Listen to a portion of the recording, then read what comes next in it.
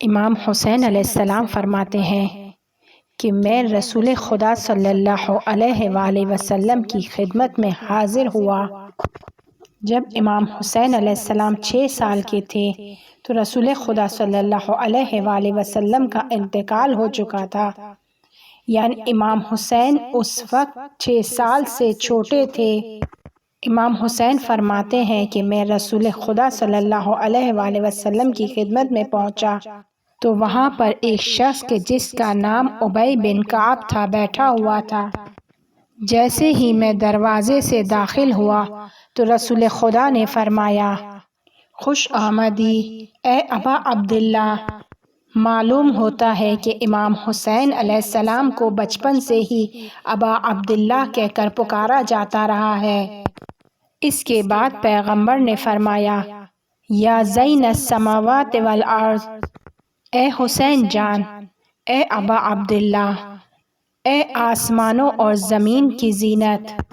یہ سب رسول خدا صلی اللہ علیہ وآلہ وسلم فرما رہے ہیں، اور وہ شخص کہ جو ابی ابن کعب پیغمبر صلی اللہ علیہ وآلہ وسلم کے پاس بیٹھا ہوا تھا، اس نے اعتراض کیا کہ کیسے ممکن ہے کہ حسین آسمانوں اور زمین کی زینت ہو جائے، کیونکہ آپ خود آسمانوں اور زمین کی زینت ہیں، آپ خود خلقت میں برترین ہیں، آپ کیسے اس بچے کو آسمانوں اور زمین کی زینت کہہ رہے ہیں؟ کیا آپ کے علاوہ بھی کوئی آسمانوں اور زمین کی زینت ہے؟ اب پیغمبر صلی اللہ علیہ وآلہ وسلم امام حسین علیہ السلام کے بارے میں فرماتے ہیں، اے ابی ابن کعب، تم نے سوال کیا، والذی بعثنی بالحق نبیا، اس خدا کی قسم کہ جس نے مجھے پیغمبر مبعوث کیا۔ رسول خدا صلی اللہ علیہ وآلہ وسلم قسم کھا کے فرما رہے ہیں کہ حسین کا مقام آسمانوں پر زمین سے زیادہ ہے۔ اس کے بعد پیغمبر صلی اللہ علیہ وآلہ وسلم امام حسین کے بارے میں چند کلمے بیان کر رہے ہیں۔ فرمایا، اے ابی، عرش خدا کے کنارے پر یہ لکھا ہوا ہے۔ آپ جانتے ہیں کہ عرش خدا ایک بہت اہم مقام ہے، وہ مقام جو خدا کی قدرت کا مظہر ہے۔ عرش خدا وہ جگہ ہے کہ جسے ملائکہ اٹھائے ہوئے ہیں کہ معراج کی رات جہاں پر پیغمبر گئے تھے۔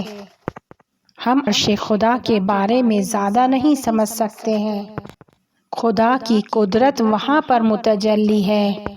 اے ابی ابن کعب، عرش خدا کے کنارے پر لکھا ہوا ہے، ان الحسین مصباح الہدی و سفینۃ النجاح، حسین ہدایت کا چراغ ہے اور نجات کی کشتی ہے۔